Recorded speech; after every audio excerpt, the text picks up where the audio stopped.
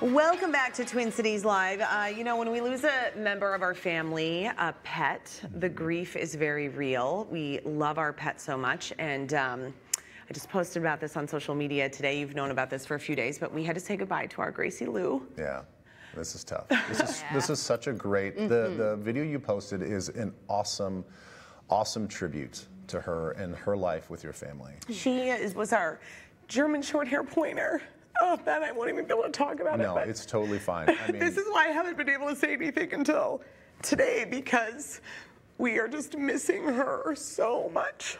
Yeah. I mean, the pictures, I mean, you just see how much she was, I mean, look at that face. These German short hair pointers, they're nuts, but oh my gosh, they are just like a dream. And, you know, I think we love them so much. I think that unconditional love that we get from our animals is also so different than what we often get from people. And so it makes the grief so different. And she was the sweetest dog to every child. Like my best friend said, Gracie didn't have a mean bone in her body, and that is exactly how it is. So, you know, we've been feeling a lot of emotions about this, but of course you have pets that you love, and I know that I'm not alone in that feeling of when you lose them, how difficult it can be. Yeah, I mean, this was our buddy. You know, this was our first dog that we got. This is Moose, and we had him. You know, and we were just stupid college kids thinking that we could sneak a Great Dane into our apartments.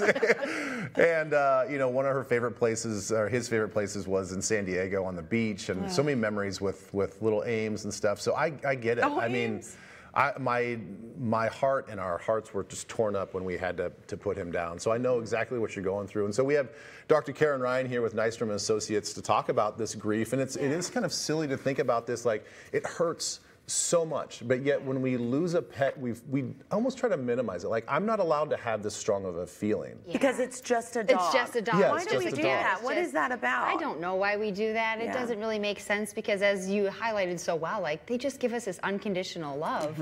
And I think about the epitome of when we want comfort, we seek that pet that gives us this unconditional love, and now we're sad, and it's this time we need them the most, and they're not there anymore. So how do we start to get through that grief? Because I keep saying this, I said this on my podcast when we talked about it, that the only way is through. Yes. Like, I don't want to be a person who's trying to numb it or get around it. The only way is through. So what are some of your recommendations for just managing this grief? Yeah, it's really recognizing that grief impacts us emotionally, right? So we might feel sad, we might feel anger, we might kind of be bargaining, trying to talk about, oh, what if only this and only that. I feel guilt too. We feel guilt, right? We feel like, especially if we're having to make decisions near their end of their life.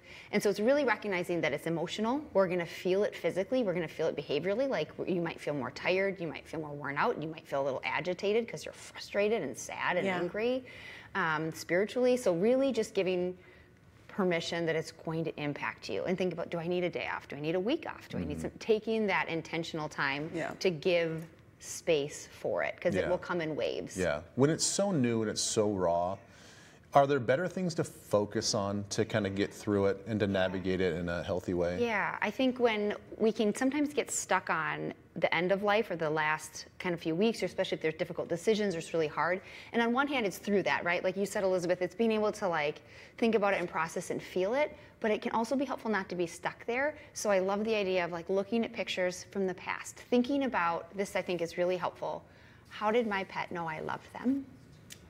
And that is the things you want to hang on to. When you picture that pet snuggling you, loving you, the love that you gave them and they gave you, those are the kind of things that can be really helpful to hang on to. You're going to need to ask the rest of the questions. It's totally fine. I mean, and like, you know, Elizabeth and I have talked, and she's talked to a lot of people here on the staff and all this other stuff about, you know, we've all lost pets. I mean, that's helpful too. Just like reaching out, talking to people that have gone through it, because you know, that is one commonality that we all share. A lot of us share. A lot of us are pet owners, dogs, cats. And go to your pet lovers. And they don't live as long as us. So it's just like you're probably, if you're going to have a pet, you're going to go through it. You know it's going to happen. Exactly. Exactly. And so it's normalizing that that's going to happen and that it's really going to hurt. And so I think, reaching out to the people that you really care about. I think if you have kids in the family, letting the teachers know, hey, just want to let you know this. So that way there's extra compassion, extra love there that can happen. That can be really helpful as well.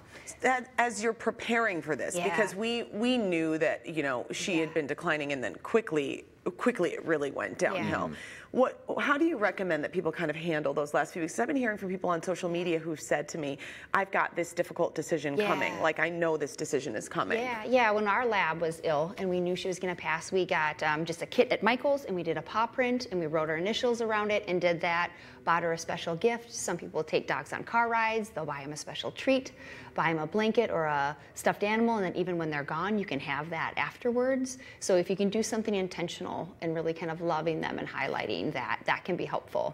Yeah. What about, because everybody's going to grieve in different ways. Your spouse is going to grieve differently, your kids are going to grieve differently. What's the best strategy so you can all kind of move on the same sort of wavelength, as far as like, when do you start getting rid of some stuff? What do you want to hold on to? Like, those are all probably conversations you have to have, and they're right? big conversations, and I think it's kind of giving each other some space to do it differently. So if somebody needs to kind of just sit and be sad, and other people are doers, I just need to go, just having patience and grace with that.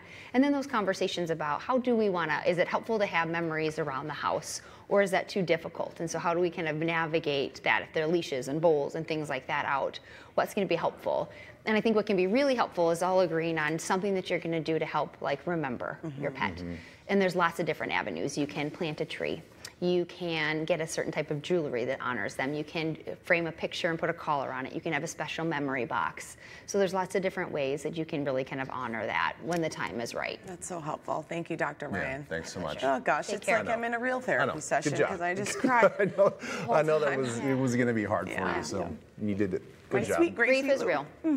So Nystrom and Associates provides care in the fields of psychology, family therapy, psychiatry, and so much more. And if you're struggling with stress, anxiety, depression, addiction, or grief, reach out to them today.